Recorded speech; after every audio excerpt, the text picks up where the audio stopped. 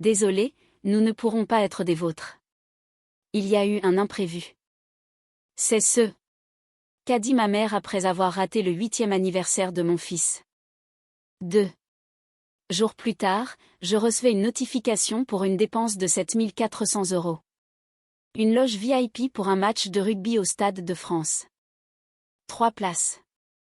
J'ai immédiatement annulé la transaction, suspendu notre carte bancaire communée. Envoyé un message, attendez-vous à être contacté par mon avocat. 5 minutes après, mon père m'a appelé 14 fois d'affilée. Le dernier SMS de ma sœur disait « On est devant chez toi, sous la pluie ». J'ai souri et répondu « Désolé, nous ne pourrons pas être des vôtres. Il y a eu un imprévu. » C'était l'excuse de ma mère pour avoir manqué l'anniversaire de mon fils, Lucas. Pas un appel, pas un message vidéo, même pas une carte bon marché envoyée par la poste. Juste un SMS désinvolte, comme si elle avait oublié un café entre amis. Pas pour l'anniversaire de son propre petit-fils. J'ai fixé mon téléphone, mes doigts se crispant jusqu'à ce que mes articulations deviennent blanches. Mon petit garçon avait passé toute la matinée à guetter par la fenêtre, attendant que ses grands-parents arrivent. J'avais même préparé des cupcakes en plus, pensant que mon père en voudrait peut-être pour la route. À la place, j'ai reçu ce SMS de 7 mots. J'ai forcé un sourire devant Lucas, lui disant qu'il avait sûrement été retenu, mais à l'intérieur, quelque chose s'est brisé. Ce n'était pas la première fois qu'il nous lâchait, mais c'était la première fois que je ressentais une certitude aussi froide. Nous ne comptions pour eux que lorsqu'ils avaient besoin de quelque chose. 2 jours plus tard, mon téléphone a vibré à nouveau.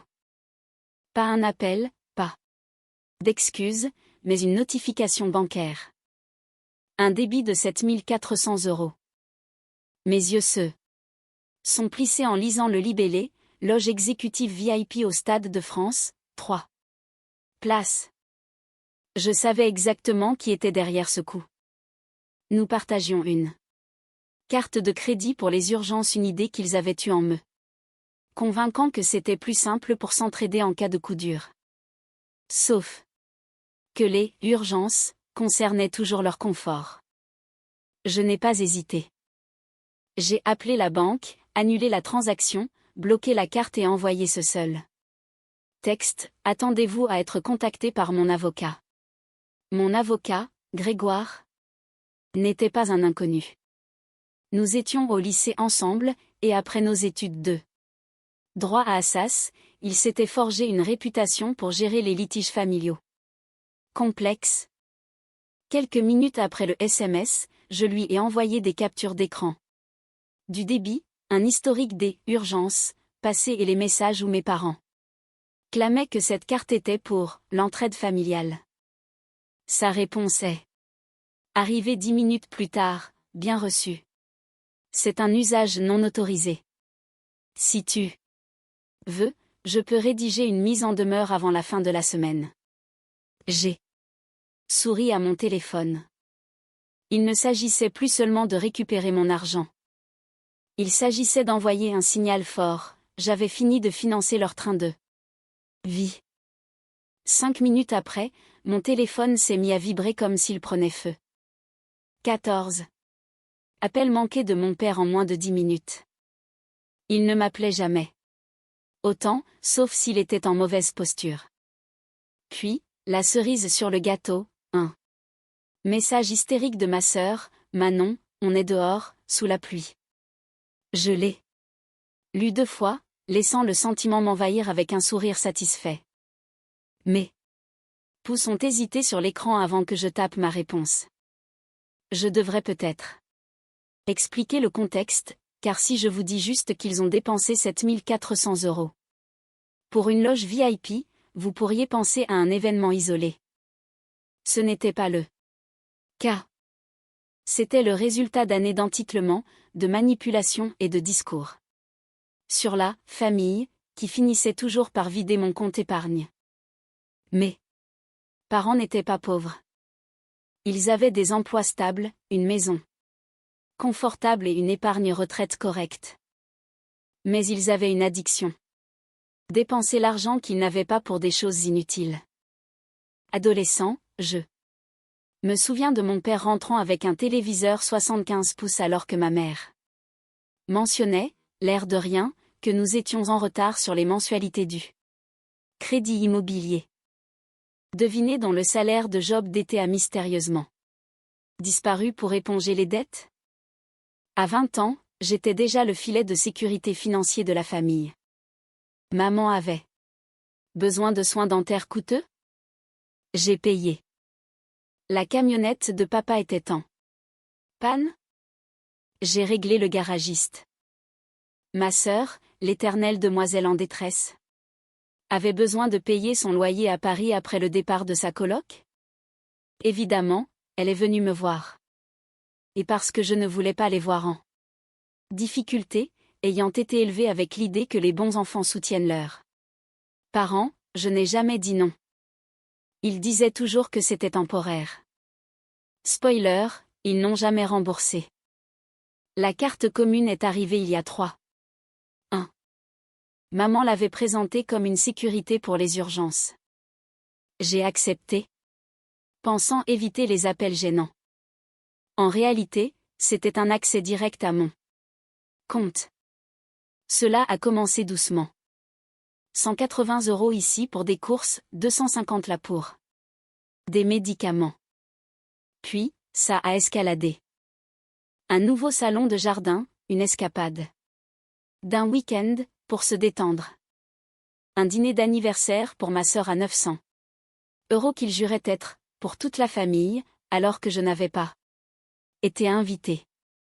Chaque fois que j'essayais d'aborder le sujet, papa devenait agressif, maman fondait en larmes et Manon sortait sa réplique préférée, on est une famille. L'argent va et vient, mais la famille est éternelle. Facile à dire quand ce n'est pas votre argent. Puis est venu l'anniversaire de mon fils. J'avais baissé mes attentes. Ils ne sont pas venus. Pas un appel. Ça m'a fait mal. Il m'a demandé 3 fois s'il arrivait. J'ai dû continuer à lui mentir. 2 jours plus tard, cette dépense pour le match a surgi. 7 400 €. Je savais que mes parents n'aimaient pas le rugby, mais le petit ami de ma sœur en était fanatique. La scène est apparue.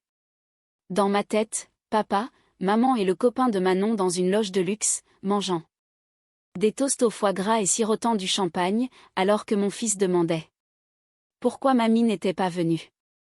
J'ai gelé la carte et envoyé le texte à l'avocat, et c'est là que le chaos a commencé. Mon père a bombardé mon téléphone. Je n'ai pas répondu. Puis le SMS de ma sœur. D'abord en colère, tu ne peux pas annuler la carte, on en avait besoin. Puis désespéré, on est devant, il pleut à torrent. Laisse-nous entrer. Ce dernier message m'a fait rire aux éclats. Les laisser entrer après qu'ils aient volé mon argent sans demander et ignorer l'anniversaire de mon fils? Non, pas cette fois. J'ai longtemps ravalé ma frustration, me disant, la prochaine fois, je dirai quelque chose. Eh bien, la prochaine fois était arrivée. Et je n'allais pas juste dire quelque chose. J'allais tracer une ligne si profonde qu'il se casserait les mains en essayant de la franchir. Peu après, les coups ont commencé à la porte. Pas des coups polis. Des coups de poing assez forts pour faire vibrer les gonds. Ouvre, Alexandre. La voix de mon père a tonné à travers le bois. On doit parler. Je suis restée dans ma cuisine, café à la main, regardant la pluie ruisseler sur la vitre. Mon téléphone continuait de s'illuminer. Le dernier message de ma sœur disait, on gèle. On n'a pas de voiture et la veste de papa est trempée. Tu es cruel. Cruel. Ce mot m'a presque fait rire. Les mêmes personnes qui avaient zappé l'anniversaire de mon fils et pioché 8 000 € sur ma carte voulaient jouer les victimes. Quand j'ai finalement ouvert, papa était là, trempé, le visage déformé par un mélange de colère et de désespoir. Maman était derrière, serrant son sac comme si elle allait s'évanouir.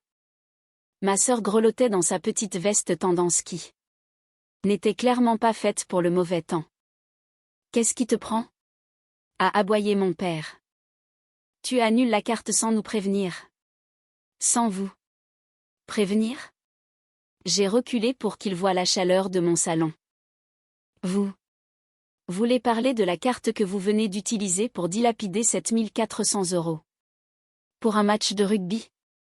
Maman a sauté sur l'occasion, c'était pour un rendez-vous client important. Tu ne comprends rien au monde des affaires. Le monde des affaires, je l'ai interrompu. Aucun de vous n'a mis un pied dans un bureau depuis 10 ans. Et le petit ami de ma sœur n'est pas un client. Tu es incroyable, a lancé Manon. On avait besoin de cette expérience. De l'expérience, j'ai ri à son visage. Vous en aviez tellement besoin que vous n'avez même pas pu décrocher votre téléphone pour souhaiter un joyeux anniversaire à votre petit-fils. Par contre, vous avez trouvé le temps pour le champagne en loge VIP. Papa s'est avancé, ses chaussures mouillées laissant des traces de boue sur mon paillasson. Cette carte était pour les urgences familiales. Mon avocat n'est pas d'accord, ai-je dit froidement. Et si vous pensez que je ne vais pas aller au bout, testez-moi. Il examine déjà le débit, l'historique et toutes les urgences des 3 dernières années. Spoiler, les billets de match ne comptent pas. Un avocat contre tes propres parents ? Contre quiconque abuse de mon compte commun, ai-je répondu. Être de la famille ne donne pas le droit de voler sans permission. Tu ne me parles pas comme ça chez moi. A grondé mon père, essayant de reprendre son contrôle habituel. Je l'ai juste fixé. Chez toi. Papa, tu es chez moi. Tu n'as pas d'ordre à donner ici. Cela a fait mouche. Il a ouvert la bouche, puis l'a refermée. Manon a tenté. L'angle de la culpabilité, on est une famille, Alexandre. Tu vas vraiment nous laisser dehors ? Il pleut à torrent. Je me suis appuyée contre le chambranle de la porte. Maman a tremblé, tu ne serais rien sans nous. On t'a donné la vie. Oui. Ai-je dit d'une voix neutre. Et je rembourse cette dette depuis des années ? Apparemment avec des intérêts. Mais devinez quoi ? La banque est fermée. La pluie continuait de tomber. Tu fais une erreur, a dit mon père. Quand tu auras besoin de nous. Je l'ai coupé, quand j'ai eu besoin de vous, vous étiez toujours occupé. La seule fois où vous apparaissez, c'est quand il y a un chèque à signer. Manon avait les yeux humides. On avait des projets avec cet argent. Moi aussi j'ai des projets pour mon argent. Et il n'inclut plus de subventionner votre train de vie. Mon cœur battait la chamade, mais pas de peur. De contrôle. Papa a tenté une dernière pression, si tu nous fermes la porte, n'attends plus rien de cette famille.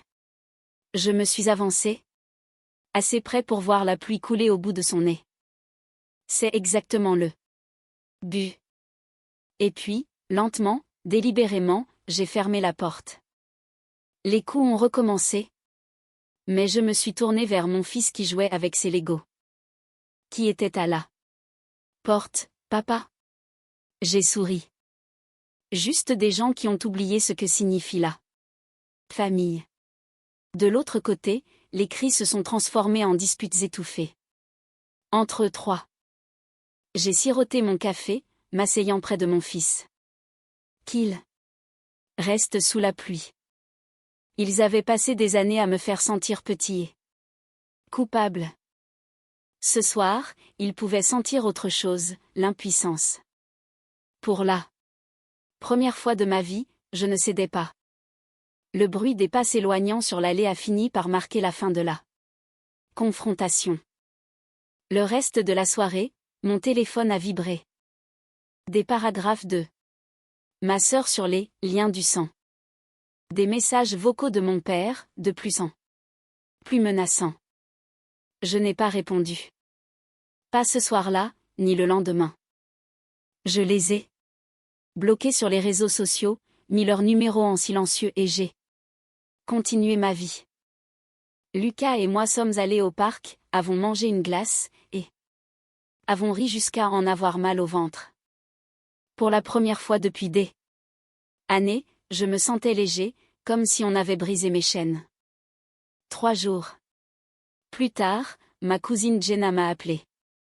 Et, ta mère dit à tout le monde que tu les as mis à la porte sous une pluie battante.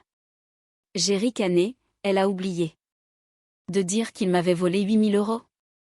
Jenna a ri, oh, elle a définitivement oublié ce passage. Pour elle, c'est un malentendu. L'histoire a fait le tour de la famille. Certains m'envoyaient des messages sur la fierté qui détruit les liens. D'autres, ceux qui avaient eu des problèmes similaires avec eux, m'envoyaient des soutiens silencieux, enfin quelqu'un leur a dit non. Et puis, venu de nulle part, un message de l'oncle Marc, le frère de mon père, avec qui ils étaient fâchés depuis 10 ans à cause d'argent. Gamin, j'ai entendu ce qui s'est passé. S'il tente une procédure, appelle-moi. Je sais ce que tu vis. Ce message m'a conforté. Ce n'était pas moi qui surréagissais. C'était un schéma récurrent. 1 mois après, j'avais enfin de l'argent de côté à la fin du mois. De l'épargne. J'ai remboursé une partie de mes dettes, investies dans le compte d'études de mon fils et réservé un week-end à la mer. Mais ce n'était pas que l'argent, c'était la paix. Mes matins étaient calmes. Même mon fils l'a remarqué. Un soir au dîner, il a dit, « Tu souris plus souvent, papa. » Et ça m'a touché plus que tout. 2 mois après l'incident, je les ai croisés par hasard dans un supermarché. Ils se sont figés comme des lapins devant des phares. Maman a esquissé un sourire crispé, Alexandre. Papa a marmonné quelque chose et a tourné les talons. Je suis passé devant eux sans un mot. Pas de scène, juste le silence. Parce que la vérité, c'est que je n'avais plus rien à expliquer. J'avais déjà tout dit en leur fermant cette porte. En rangeant mes courses dans la voiture, j'ai réalisé, ils s'attendaient à ce que je craque comme d'habitude. Mais cette fois, il n'y avait pas de retour en arrière. Je n'avais pas seulement arrêté de leur prêter de l'argent. J'avais arrêté de les laisser habiter mon esprit. Le jour où je les ai coupés de ma vie, j'ai cru commencer une guerre. En fait, je mettais fin à une guerre qui durait depuis trop longtemps.